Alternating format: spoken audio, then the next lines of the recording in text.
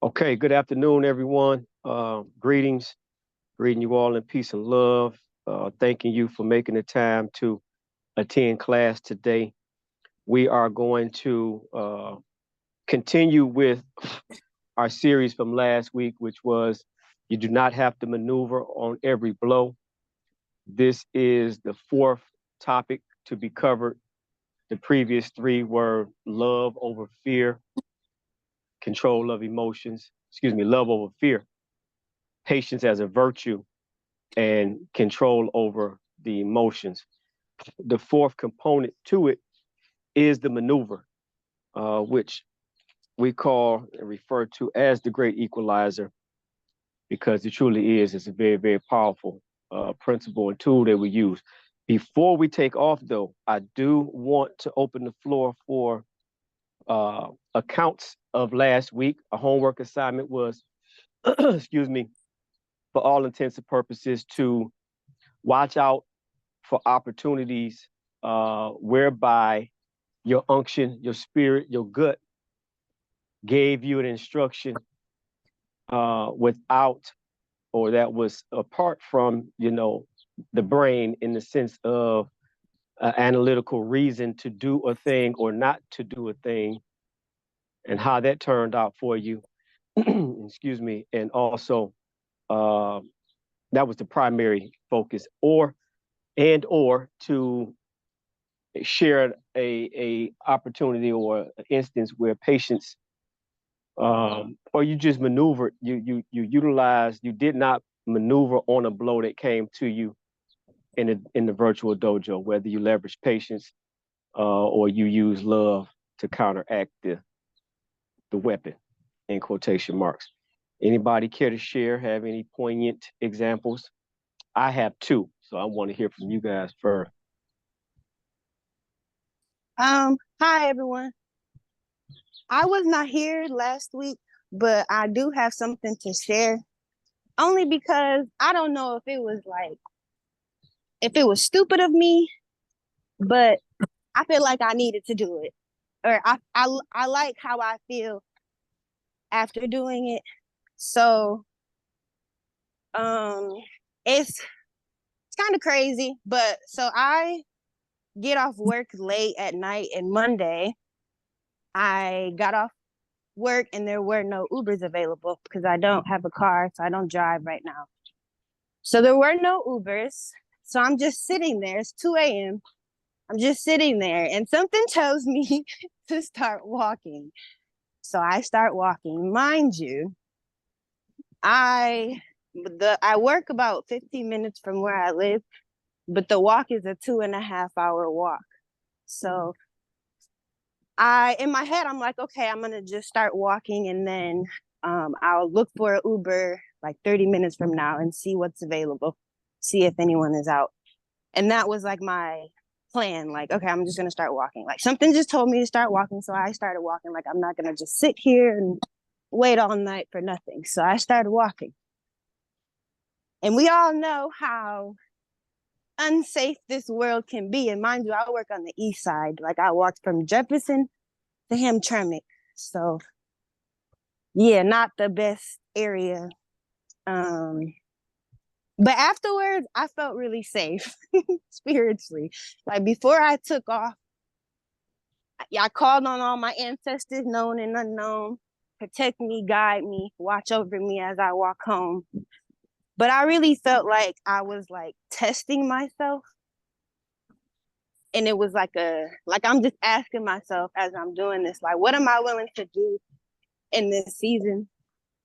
And that was like a lot of why I even like, I walked the entire way too. I didn't end up getting a ride. I let people know, like, what was going on, where I was at, my location and everything. But I don't know. It just, and then I've also been like studying karma a lot lately. And I heard this phrase this week. This is after it happened, or after Monday had passed. And the phrase was like, it said, karma was like unconscious software that's being developed. And that's how it really felt for me. Like it felt like I broke something by doing that. I don't know what, but like I said, when I got home, I felt safe. And it was a feeling of safeness that I had never felt before. No one is around, there's no men around me, there's no, you know, no beings, but I felt really safe. So yeah, that was That the action that I that I acted on that is this week. amazing. That is amazing. That is very courageous, and that is absolutely the quintessential example of what last week's lecture uh, alluded to, and the fact that you were not here last week, and yet you moved that way, provides even more evidence of the divinity in it. Um, you followed your spirit. Period. The brain, the intellect, for all the reasons you named, would say no. It's dangerous. It's 2 a.m. in the morning, 2:30 in the morning. It's gonna take me 2.5 hours to do it. So for all of Mm-hmm. those, um, it was very, very, very easy for you to stay there, um, resort to other options. It would have been very easy just to flat out crumble in the moment, and Yeah, instead you rose up as the warrior queen that you are, and the outcome of it, is very, very powerful for very powerful to hear you say that you feel more powerful and more safe than you have before. So that is a huge testament and testimony and a beautiful example of moving out on your spirit, contrary to what the intellect would have said. Because guess what? On the other side of the coin, who knows what danger was lurking around the corner had you stayed put, exactly. So that was truly powerful, Treese, and thank you for sharing that. Instructors, anything come up for any of you to add to that? And I just want to add the last thing too. My journey was, it was very peaceful. The only uh things that I encountered were animals. And the animals, it really looked like they were watching over me. They would just stare at me and just watch me. Or I would turn around, I'd be so far up the street, they'd still be staring at me, watching me. I just Mm, felt so protected. that is awesome. That is absolutely awesome.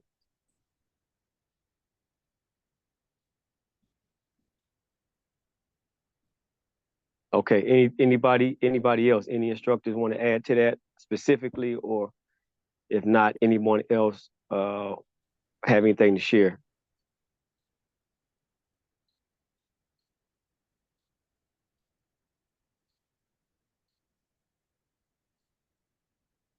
Okay. Well, with that being said, I'm going to share one quick example where I flat out missed it. It pales in comparison to what you just did, Treese. But and it's so ironic because it must have been, I believe it was Thursday morning. Thursday morning, when right after I sent a message to Mia, because she about some asked about what the assignment was from class. Some of you saw that text, but when I the big quick backdrop is I was in a 5-day training course, a class with for my position with the city. And in the class, I got to specifically one brother in specific that I see in meetings virtually. He and I was one of the 6 people at our table. He was one of the 6 people at our table. So we already had, you know, established a kindred rapport, just being brothers and seemingly of the same ilk, and, being in the space when I worked and what have you. Bottom line is, um, I had to go past his house to get home. So I was like, bro, I'll take you, you can ride. I'll shoot you to the crib instead of waiting on the Uber and all that stuff. So with that being said, we got to connect quite a bit. Long story short, there's a book that I wanted to share with him called The Aquarian Gospel of Jesus Christ. And Thursday morning, I got up and the Spirit said, grab the book, set the book, you know, if I had grabbed the book, I would have set the book somewhere where I would not have walked past it. Lo and behold, right after I send this text message or message out to the students as the instructor, after that beautiful lecture and all this powerful information that I have in me and know to be true, lo and behold, as opposed to immediately moving out and follow the instructions of the unction, grab the book, set the book somewhere so you won't go past it. What I do, I got distracted. I got distracted looking for an article of clothing. And before you knew it, I was a couple minutes behind. And don't you know, it wasn't until I picked the brother up that I recalled I didn't have the doggone book. So I just wanted to share how easily it happens to any of us and how important it is for us to stay vigilant and move out on that still, quiet voice immediately without extra thought, but to do it in order to build that muscle memory and to build that habit. So with that being said, I did get the book to him the next day, but that's not the point. So with that, let's go ahead and dive into the lecture and move along. So today we are going to cover the maneuver. Again, the great equalizer, small purposeful movement. The maneuver takes advantage of and utilizes all of the principles that have been built upon above with both an offensive and defensive application. In quotation marks, in our training, we don't think and necessarily think in terms of offense and defense, but for purposes of illustration and the dichotomy between the two, we'll use those words. Number two, the maneuver puts us in position to strike, meaning that the maneuver puts us in position to capitalize on opportunities. The maneuver aids us in navigating the weapons and attacks waged against us on the proving grounds of life. So that's the top line premise of the maneuver. Any specific questions, comments about those points? Okay, if not, instructor, next slide, please. So let's talk about applying the principles. Again, we utilize the combat side first, and then we expound upon how we utilize that in the virtual dojo. So combat application, the key to the maneuver is foot movement and placement. Foot movement and placement. Observation of this fact is often missed because attention is drawn to the hands. Very important. And I'll come back to it. Matter of fact, I deal with it one at a time. So in the martial application, most often people see the hand, be it coming up for upper maneuver or moving down below the waist or around the waist, the belly button as a lower maneuver.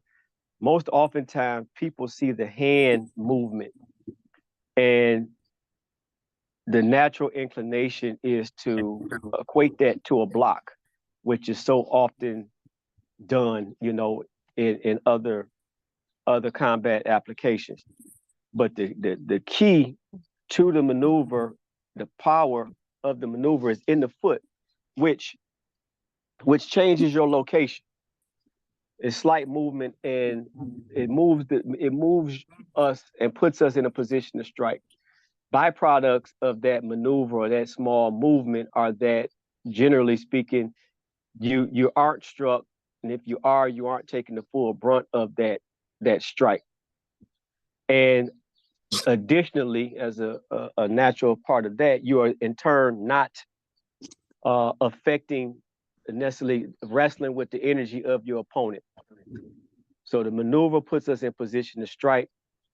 Additional benefits of that are we may not be struck at all, or certainly not be struck with, blunt force, full force, squarely by that strike. And in turn, you're not combating with the full energy of your opponent. All mitigating factors. Most importantly, the maneuver is to strike. As you see there. Oh, I wasn't even looking at the screen. Yeah, so the maneuver is to strike, not being struck directly or interfering with the opponent's energy. Our byproducts, maneuver equals strike. The maneuver evens the odds or the playing field. So expounding here, we think in terms of men versus women, big versus strong, the fast versus the slow, or the strong versus the weak. So in many classes and other arts, it does come down to strength and size as being, distinct advantages for one opponent over the other, which from a principle perspective is better stated, which aligns itself with techniques that many other disciplines adhere to. This technique for that, that technique for this, which we understand to be additional thought, which is time, and additional constraints, creating a box around you in a combat situation wherein anything and everything could be on the table. And so if you're in a combat situation and an opponent or aggressor moves on you or a weapon is pulled, and you have to take the time, again, brain, to think about what would be the proper technique to deal with this scenario, you are behind and you are in trouble. Last week, we discussed the fact that the spirit transcends space and time. The spirit transcends space and time and is not restricted to the box that the brain is designed in part to create. So therefore, techniques are troublesome and techniques are not a part of our discipline, whereas principles are. And the principle of the maneuver, based upon the examples that were given above, in that I'm not here to block your blow. If you're a 300-pound linebacker, lineman, NFL lineman, 6'7", 6'8", 300 pounds, bench pressing 600 pounds, literally. I'm 5'8", 165. It's futile for me to stand in front of you and let you strike at me full force, and I'm gonna stand there and attempt to block that blow. And I'm pretty damn strong for my size. So think about that to the extreme. A woman, 115 pounds, never lifted a weight, don't do push-ups. A child, it's not gonna work. So therefore, in a technique-based approach to combat, that 6'8", 315 man is gonna win. Whereas the maneuver allows me to make the movement that I need to make, be it I stay close to him, be it I get some distance on him. Who knows? Depends on what the instant calls for. But the maneuver, in principle, will have me to make the necessary movement to put myself in a position to strike, not interfere with his weapon or feel the full blunt of his blow, nor deal with the energy and the mass that will come with 6'8", 315. Does that make clear the power of the maneuver on the combat side? And are there any questions about that? Y'all too quiet today. Somebody say something.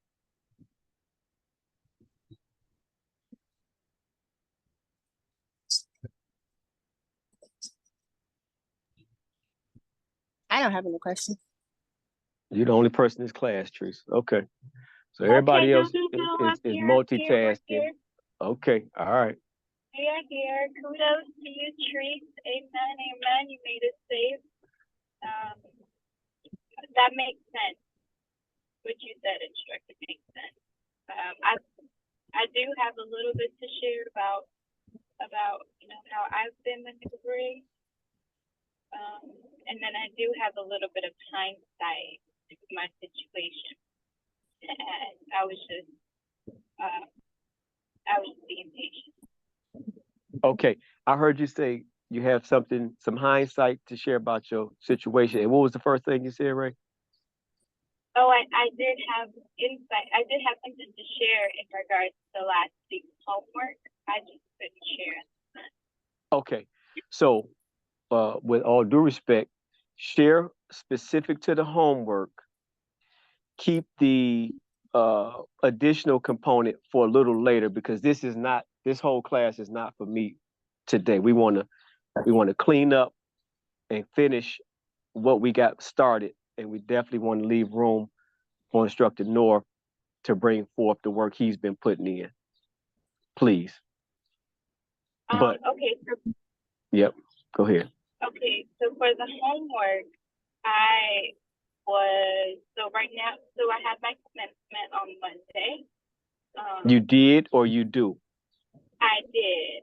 Okay. I graduated Monday. Congratulations. Thank you. And now since then I've been implementing my exit strategy.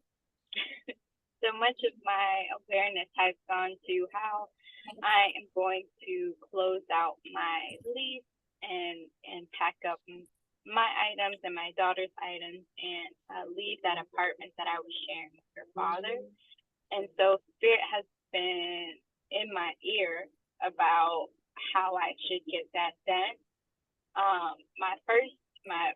What I thought was going to happen was I thought we were going to be able to have a conversation about how we can move forward and set solutions as to how we can see her and yada yada.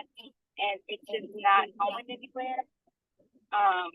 He instead of thinking of it as an opportunity for me to grow, thinking of it as, well, I'm just taking his daughter away. At least that's what he's choosing to focus on. And so what Spirit told me to do was to put in my termination of lease, whether he has somewhere to go or not. And so that's what I'm currently focusing on as of right now. Okay. Move out on it. Make that happen. Follow those instructions, Ray.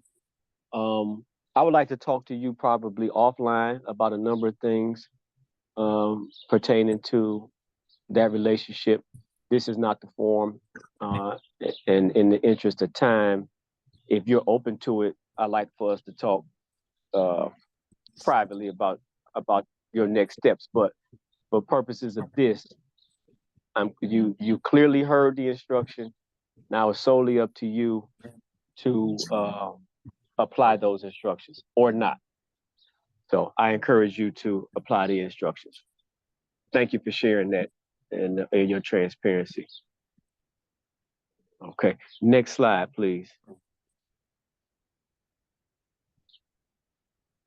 And this is going to be a lot more robust, I think. Applications of the principle from the virtual dojo application. The axiom that comes to mind is by the time you see Kempo, it is already gone. By the time you see it, it is already gone. And that applies in the martial application too, because take that same big guy in that big example. If I do what I'm supposed to do, by the time he realized what the hell that took place, it's going to be over with. So with that being said, most often when success is visible to the outside world, it is the result of deliberate, purpose-filled actions taken when no one is around to observe. Example, and I'm going to use Ray, is right on time. Completion of educational pursuits such as earning degrees, accreditations, and certifications. Ray, did you have late nights and early mornings to get that done? Of course you did. Of course you did. So again, congratulations. Two, another example of the maneuver, body transformations. Those deliberate choices made surrounding intake and dedication to exercise, be it bulking up, getting chiseled, getting sharp, or losing weight, or even rehabbing from injuries, surgeries, or things. Those body transformations, they happen where no one is around and oftentimes, and you have to be focused and consistent and serious about it without the aid of others. It's all inside of you. Well, I won't say without the aid of others, but It has to happen in you, and you have to stay committed to it. And then number 3, profitable investment choices or strategies. Discipline to forego materialism, redirect, and or park the money that we would spend for frivolous things or luxury items or what have you. So these were examples of how the purposeful, deliberate movement that is often, and again, going back to the fact that it's the foot, it's the foundation that is the most powerful aspect of our maneuver. Same here. That is often overlooked. Same here. It's that work that we put in all alone and those quiet hours, early or late, that really puts us in position that success is found, when we unveil those things to the world. So, real life example, I'm sitting on the porch of a house I've been working on for months and months, and I'm literally down to a matter of hours before being able to unveil this thing. So I'm praying for success. Well, building to earn success. It will be successful. Next slide, please, instructor.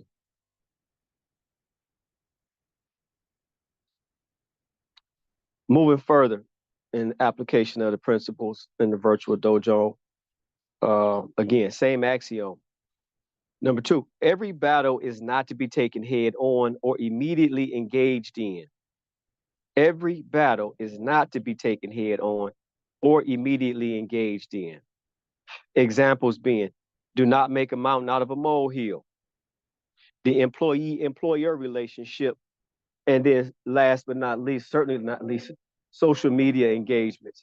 So now this slide in particular is for input from, those of you in class that care to share and participate or are in a position to participate. So any one of these 3 examples, do not make a mountain out of a molehill, employer-employee relationship, or social media engagements, or any other ones that come to mind in regards to how you navigate around potential points of conflict. Please expound. Peace, instructor. I have one. Come on, hero. So at work, I do IT for a living at my place of employment. And so anyway, I have an IT room, and it's like a discrete room. It's set off. It's in the middle of the building, but it has a door. And so my room, I have basically like a single office. Okay. And anyway, I take tickets all day, or I help people with tickets. And anyway, it interrupts my flow when people come and just knock on the door and they haven't put a ticket in.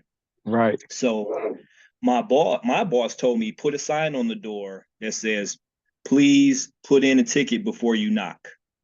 Okay. And I have certain people who ignore that on a regular basis. They just knock anyway. And with no ticket, they just come to ask questions or come and, interrupt what I'm doing. And that's something that could be, I could take it as offense, or I could take it as disrespect, or I could take it any number of ways that would have me irritated. Mm-hmm. But I don't. Usually it's the usual suspect. So usually just for those people, my way of maneuvering through that situation is just to simply, I help them out, and then I put in the ticket for them just to count my time or to track my time, because that's what it's really all about. Like I'm doing, I'm helping X amount of people do a certain amount of things. So it's like, it's no big deal for me to just open a ticket and say such and such stopped by.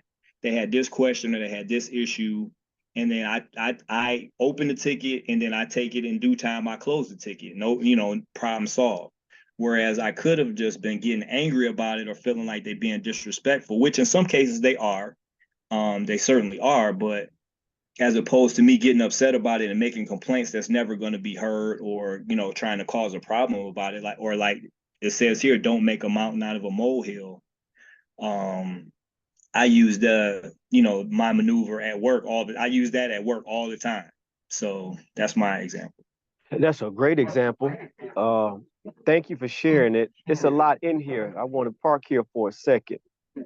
That captures number 1 and 2. That's also along the lines of the employee, employer, or coworker scenario, which again, these were not limitations on what and how we can make this comparison. However, so one, that's intelligence, that's utilizing patience, that's utilizing love over fear, that's utilizing control of your emotions, and that is the maneuver. You covering it all in that. But what comes up for me is the sentiment that we picked up on last week with Mia, and as it relates to tolerance.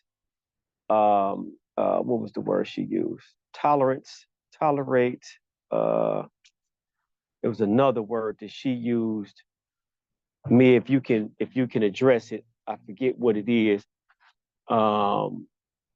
Wherein you talked about, and instructor Cedric came and really helped us explode it. At what point, and the bottom line is, the question becomes, at what point, acceptance was it? Yes. Okay. Acceptance, yeah, and it rolled into what do we tolerate? What are we willing to tolerate? How much are we willing to tolerate? When is enough enough? You know, so that's the question that came up for me, because the other side of the coin, if other coworkers are looking on, those that are following the instructions and the edict to put in the note, put in the ticket to account for your time or to get your attention. And you clearly have a notice on your front door, on the door of your office that says, put in a ticket before you knock. The question becomes, and it's the same usual suspects. How are we training them? You're now training them that they can move contrary to the instructions. And we're also potentially setting up a scenario where other employees or co-workers are then going to take exception to the fact that why are they getting special treatment? They could bring issue to you. They could maybe even make a complaint, file a complaint with your superior management. So I just want to, I'm opening it up to when is enough, and how do we mitigate that? And I'm also certainly opening it up to any of the other instructors to provide a perspective or some insight on this situation.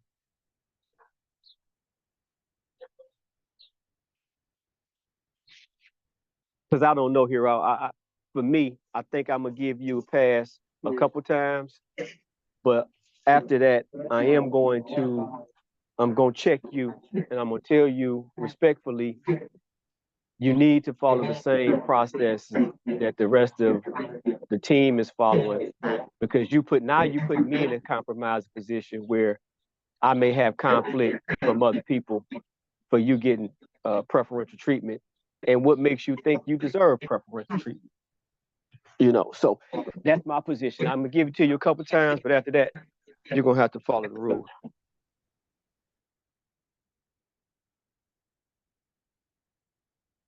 Yeah, I hear you, instructor. That's always that's a part of the fight. That's a part of the confrontation or the challenge. Like, how do I handle that each time, or how am I going to handle it moving forward? And considering, like, just like the maneuver in the dojo, like, maneuvering and striking, like, considering the next move, as but beyond just the maneuver, that's a part of it too. So I can't say I have the answers beyond what I've shared and what you've shared as well. So but that's definitely a challenge. That's one of my daily, real life challenges for maneuvering and striking out here.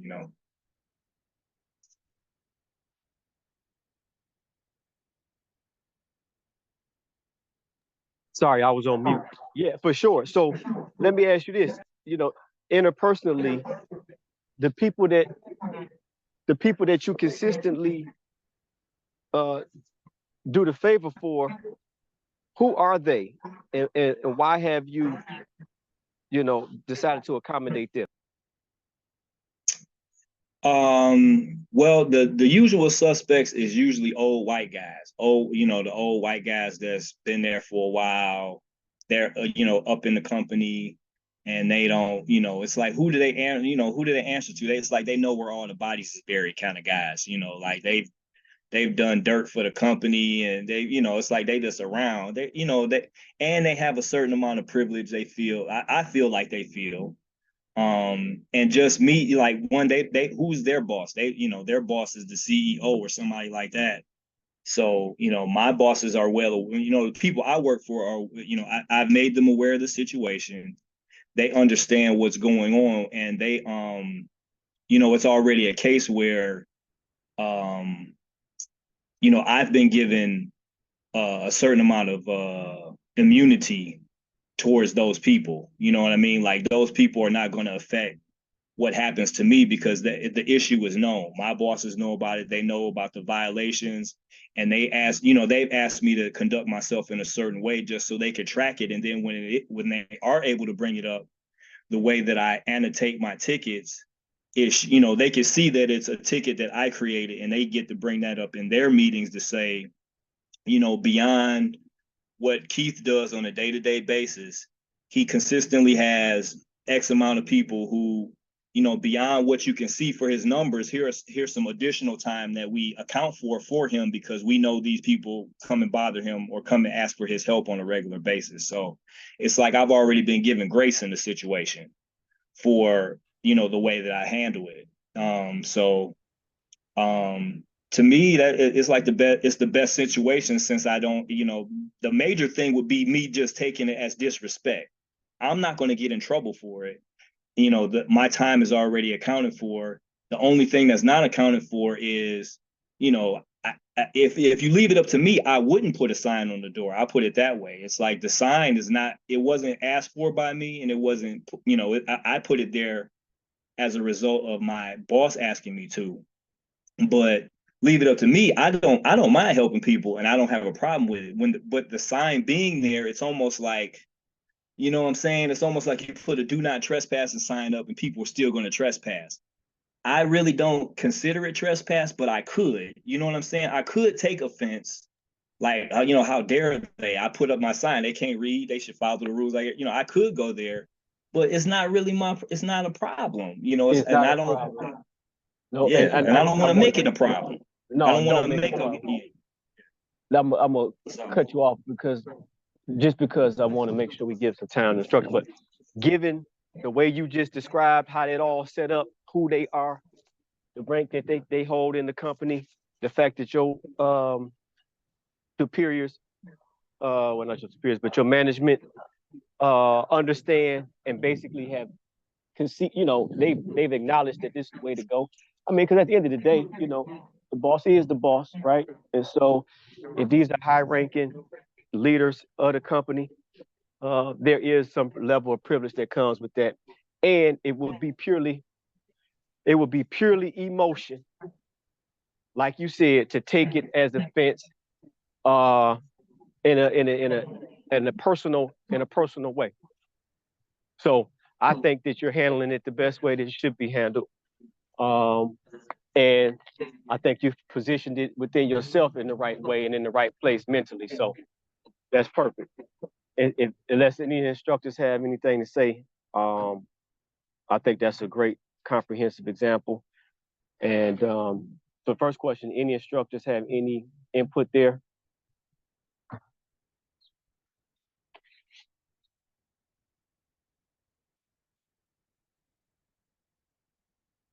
Okay. Um, any other students with the example? And I hate to rush you, Hero, but that was a very powerful and a beautiful illustration of a real life situation. So thank you for that. I think you're handling it perfectly once I heard the rest of it. Peace, instructor. I can go real quick. Don't be rushed. Just go ahead. Take your time. Yeah. So for me, when every battle is not to be taken head on or immediately engaged in. So this week in the conversation with my wife, me and her haven't been in the best, speaking terms. We've been kind of like, having issues or whatever. And she told me this week that the bills that she's responsible for, she stopped paying them. just because of how she felt and, you know, whatever her reasoning is, right? So I didn't immediately engage in it. I kind of just sat there and, you know, I didn't maneuver anything. I just kind of like I did, and I didn't make a mountain out of a bigger mountain. You know Right. what I'm saying? I didn't make it, you know. And I'm just sitting there and I'm just kind of like just taking it all in because for one, you know, I wasn't surprised. I mean, I was surprised to a certain extent, and I'm just like, you got to be kidding me. Um, and like you say, not to be taking it head on. I think this class has helped me not to just like blow up and be like, oh, what do you mean? And you know what I'm saying? So it's kind of like I have to kind of I'm not sure what I want to say, but it's kind of like I use patience instead of waiting because I let her finish and then I kind of just I said a few things like, you know, well, what did you spend money on? You know, just kind of probing a little bit, but that's pretty much you know, it's a lot more that I can go on, but I'd rather not say it here. But Okay. you know, So you know, if you cannot say it here, I understand that too. But if you can, well, two things. One, what is the maneuver for? put you in a position to strike. The maneuver is to strike, right? And that, Yeah. I'm gonna put that question back to Hero too, because it just clicked in my head. But the maneuver is to strike. So my question is, how are you going to combat with this, Mike? If you can answer that here, if you cannot, I understand. Well, well, so what it brung me to is there's an opportunity in every mistake, right? Even Okay. though it wasn't well, you can say maybe I wasn't really watching or paying attention if I know she's kind of like bad with finances, whatever. But I kind of say I use that to maybe I think she felt that she made such a huge error. I think it's putting us both in a position to, you know, an opportunity out of this mistake, you know. Okay. Um, you know, that's what I got for that. So her position was that of accountable position. She took account of for it, Yeah, and it sounds like uh conveyed to you that she's growing from this situation. yeah, yeah, Oh, yeah. okay. Because it's All right. yeah, Okay. So in that instance, again, it is better, my opinion. It is better not to, because again, we can go back to an example that Chief Instructor came out with last week, where we're in this conversation, and the difference between a conversation and an argument. And then when yeah, you're actually having a conversation and you're being patient, not just to talk, but to listen, there are instances where you don't even have to say a word. So I think, right. I think in this example is the prime example of where you not saying anything is the better way. She said Right. it already. She owned it, and you both gonna grow from it. Go ahead. I was surprised of how I reacted in the situation. I was like, well, this is growth from my part, you know, because Hmm. normally it would have been hell to pay for me. You know what Yeah, I'm saying? I'd have been like, well, what? It'd be, you know, so, yeah. Well, she you was know, surprised too, right? yeah, Whether yeah, it was yep, spoken or unspoken, she yeah, is surprised, and I think that also alludes to the power of the discipline at play, yep, because you got accountability from your partner in a difficult spot. She conveyed to you that she's growing and you've grown, and the way you handled it, which is different than you would have before, certainly stood out for her, whether she said it or not. And so overall, it's a positive thing that's moving you and your family, moving your family forward. So that was a very good share. I'm glad you did insert that. Thank you. Anybody else? yeah.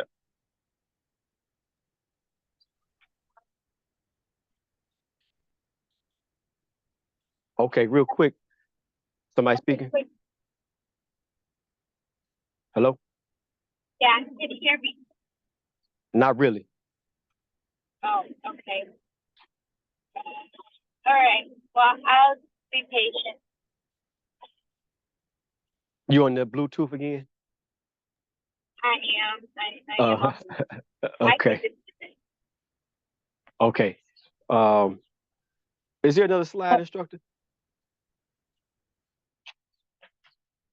Yes. Okay. Uh, and how many after this, instructor? Because this is looking That's the like, last one. okay, cool. So this is going to be the wrap up, and then Ray, you can have the floor.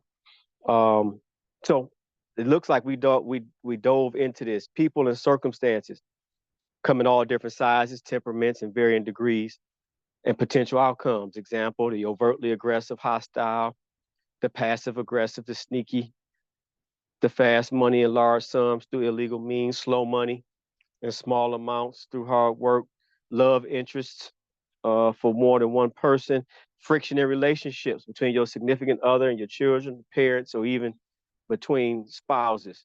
So these were just examples of how conflict can show up and people and circumstances take on different extremes, if you will. Okay, Ray, go ahead, share. All right. So the day before my commencement, our cohort got together to there's this whole ceremony that our instructors do, our professors, and we get basically it's for our parents and our families, and we all get together and we celebrate, right? So during the celebration, my mom had to go to, I'm sorry, we went shopping for the commencement for all of for my niece and my daughter and just my mom and sister and I. And there was something that my mom had to go back for my niece. And so the next day, she planned to do that. And so there was a situation where first they were late. They had agreed to come help me set up these gifts for my cohort and just prepare because I have my daughter with me as well. And so they were late showing up to help, and that kind of put a little bit of strain on my time. And so I'm rushing, and I'm able to do everything kind of successfully without having a bad attitude or without being pissy about the outcome, right? And it gets to the point where we finally get to the ceremony, and they're waiting on another student before they start. And so while they were waiting for that student, I had went to go breastfeed my daughter. My mom told me she was going to wait for me to get back before she had left to go grab that item for my niece. And when we went, by the time we had finished, she was at the door on my way out. They had called me and said, "Hey, it's time for us to meet. The student has come. Where you at?" And so I'm now coming out the door. I'm still in a little bit of a rush. And my mom comes and she's like, "Okay, so I have to go to do." And then I'm in a rush. And so I'm like, "Mama, if you have to go, then, then go." You have, I thanked her for her time, and I told her that essentially they're waiting on me right now.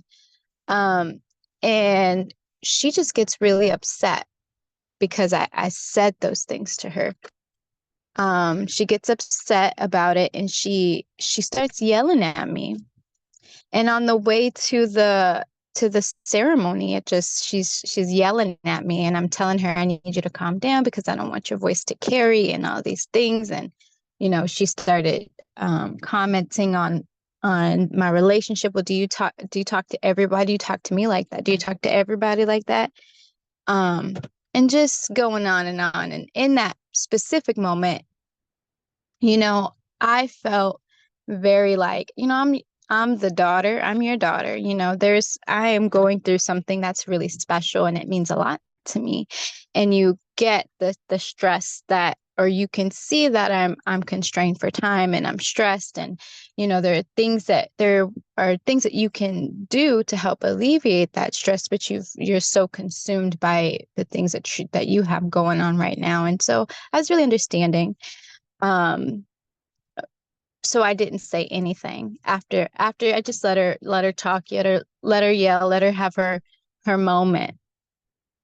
And then And thankfully, nobody heard any of that. But as soon as we went in back to the group, the rest of the group, I was back in celebration mode. Of course, I had that lingering, but I didn't allow it to ruin my day. And so that was my share for that.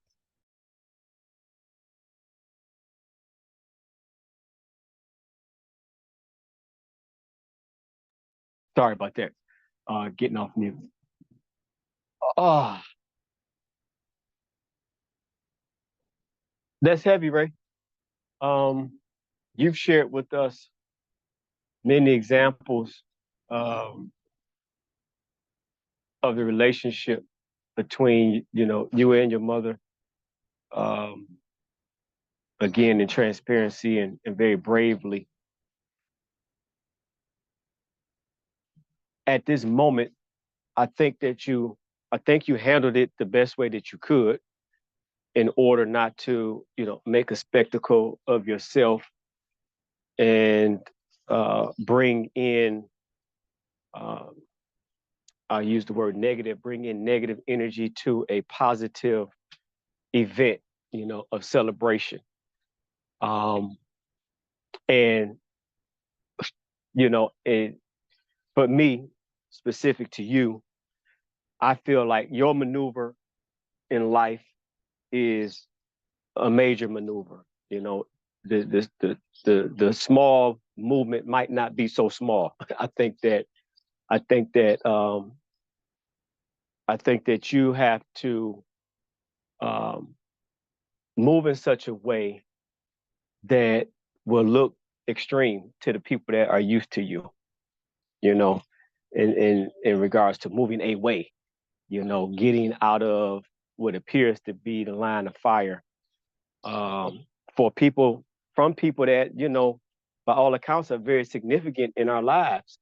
Your daughter's father, your mother, and these are very important people. But from the personality that you present, which I think is authentic, and the reaction and response that it elicits from the people that are closest to you, I think it just speaks to the environment, and that the trajectory that you're on in life, or the frequency that you operate in life, is at a higher frequency than the people that are around you. And so, having graduated, putting yourself in a position to be able to earn and cover yourself and your daughter, I think that if I were you, I would be relocating, whether that be to the other side of town or the other side of the country. I would be uprooting myself to not be in close proximity to these lower vibrations.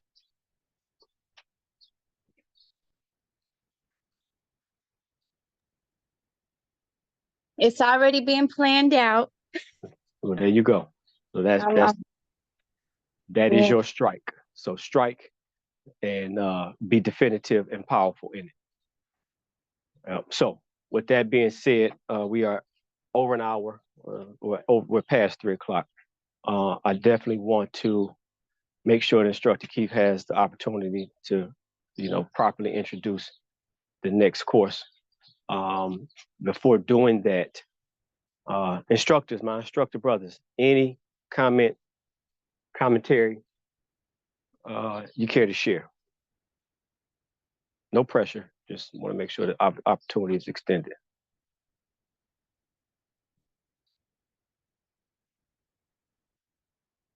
I know how that mute is. 10, 9, 8, 7, 6, 5, 4, 3, 2, 1, 0. Okay, cool. Any students? Any last thoughts pertaining to the maneuver? Any overall takeaways from this last session in the course? Any final thoughts?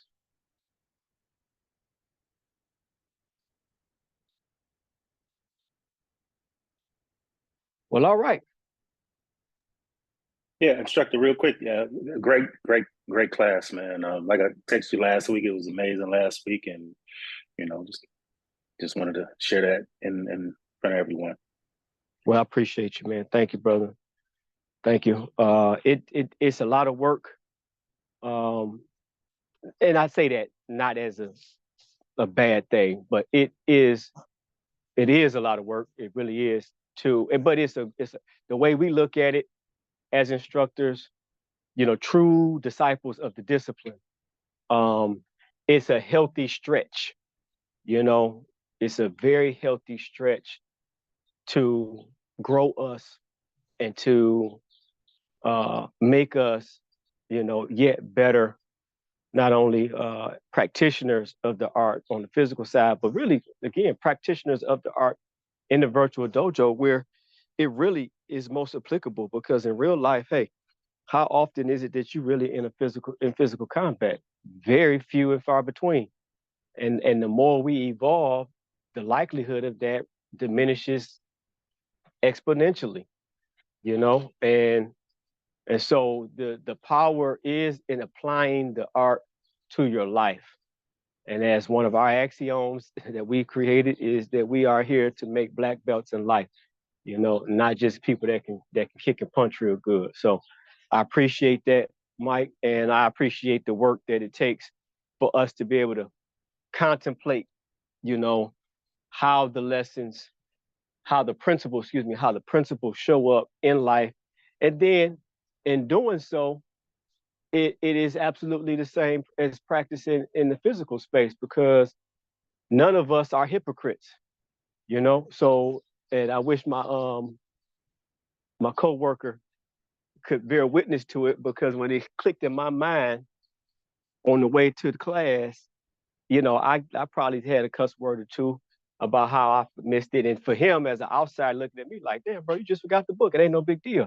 But no, it is a big deal because like I told him, I just taught a class on Saturday about why you need to listen to the voice and you need to move out. So for me, it is a big deal. It's a big deal that I didn't follow instructions that I present to other people, and it played out in a small way, but it's just a matter of instances before that small thing turns into a big thing. Or, as we talked about, and this will be the last thing, we do not earn access to the greater thing. So the journey that I'm on, and I dare say my brothers are on, we are here to be conduits and vessels for the Most High, the creator of all that is, to be given guidance and instructions. We have been endowed with principles that are immutable. We have been endowed with insights that come from the master architect. And we agreed to be here at this time on the planet, to be together, to sharpen one another, and to be a catalyst for change and insight for God's chosen people. I'm gonna just say it like that. So if we don't do our assignment, and somebody Treese was talking about karma. If we don't fulfill our assignment on the planet this time, it's gonna be hell to pay, pun intended. So it's that serious. That's how we carry it, and we appreciate y'all being here. We all striving to get better. I love y'all. I pass the mic to my dear, beloved brother and instructor, Instructor North Leg.